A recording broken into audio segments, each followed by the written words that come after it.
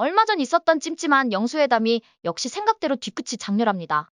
자기들이 비선이라면서 이명백과 함성득이가 한국일보에 둘이 나란히 빨강 파랑 넥타이 매고 지들이 마치 좌우를 대표하는 듯하게 나와선 인터뷰한 내용 때문에 어젠 하루 종일 머리가 멍했습니다. 물론 한참 후에야 비선 없이 했다고 용산에서 일축했습니다만 이미 엎질러진 물이 되고 말았습니다. 지금까지 좌빨들이 제대로 된 거 가지고 사건화해서 상대를 무너뜨린 적 있나요? 이재명이가 문재인 만날 때 모가지 깐 거 보고 제가 철천지 왼수 문재인 겁방용이라고 한 거 기억나시나요? 그리곤 돌아와서 친문들 잔당 아작냈잖아요. 중대범죄 혐의자 이재명의 잔인한 스타일입니다.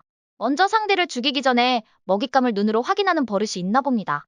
게다가 이미 한국일보에서 인터뷰 기사 띄우면서 뻣뻣한 이재명의 허리 굽힌 윤석열의 사진이 대문짝만하게 나왔습니다. 그리고 회담 땐 15분간 연락의 종이에 적힌 거 읽어댔습니다. 전말이죠.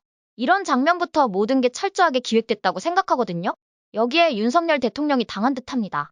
이제 좌빨들은 이 모습 보면서 뭐라 생각할까요? 얼마 전 청담동 술집 사건 기억나시나요? 이거 아직도 좌빨들 중엔 믿는 사람 있습니다.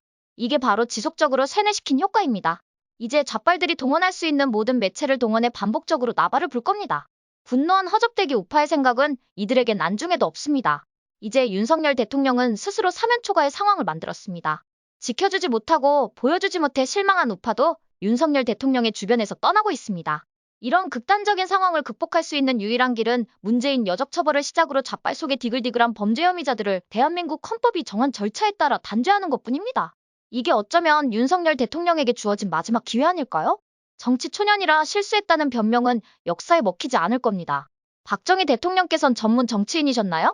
그분 역시 4.19 혁명 뒤에 위태로운 조국의 운명을 지키기 위해 들불처럼 일어나셨습니다. 그분은 당시 조국을 위해 목숨을 내놓으신 겁니다. 그걸 부정할 수 없는 증거가 혁명명단의 박태준 포스코 회장을 뺀 겁니다. 그 이유가 뭔지 아십니까? 박정희 대통령님께서 박태준 회장을 혁명명단에 제외한 이유가 혁명의 실패에 자신이 목숨을 잃게 되더라도 박태준 회장과 같이 능력있고 강직한 군인이 살아남아 우리나라 군대를 지켜주길 바라셨기 때문입니다. 이건 혹시 모를 자신의 죽음 뒤에라도 나라를 걱정하셨던 그분의 진실된 마음입니다. 그런데 결과는 어땠나요? 박정희 대통령님께서 목숨 바쳐 진두지휘하셨던 세계에서 가장 가난했던 대한민국은 선진국 반열에 오르게 되었고 박태준 회장의 포항제철은 세계적인 기업이 되었습니다. 윤석열 대통령께 묻고 싶습니다. 지금이 5.16 혁명을 생각하셨던 박정희 대통령님보다 더 절박하고 위태롭나요? 상황을 역전시킬 수 있는 많은 카드를 갖고 있으면서도 쓰지 않는 건 무능한 겁니다. 그건 당신을 믿고 뽑아준 그리고 광화문에서 당신을 지키기 위해 지금도 노력하시는 많은 우파 국민을 배신하는 행위이기도 합니다. 기회주의자들이 중도합니다. 지금과 같은 상황에선 중도를 쫓는 건 스스로 무덤을 파는 길입니다. 선택이 필요한 시기란 말입니다.